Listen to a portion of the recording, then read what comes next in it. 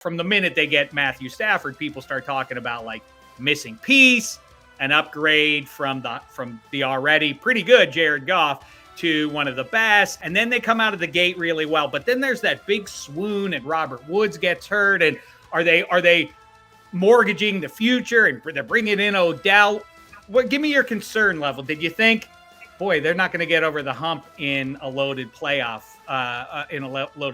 here in 2021? If the Rams were a stock, I would have been snapping up a bunch of it in November because there was a pretty good Thanksgiving discount. Now, there were issues there, and a lot of them bubbled up to the surface just in time, I think, for the Rams to address them, to fix them, and to forge a new identity. And I think Sony Michel warrants a mention there in terms of the more multiple offense that Sean McVay deployed. All the all-in moves have paid off swimmingly. I mean, this is exactly where they wanted to be. Von Miller is playing back to his, Super Bowl MVP form when it matters most.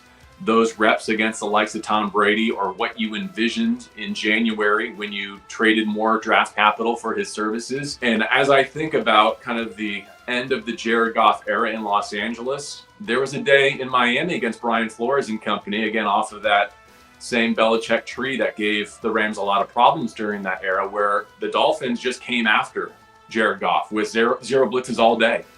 And he didn't have the right answers to those questions. And not to say that was the breaking point, but it was certainly a mile marker on the way to the Matthew Stafford trade.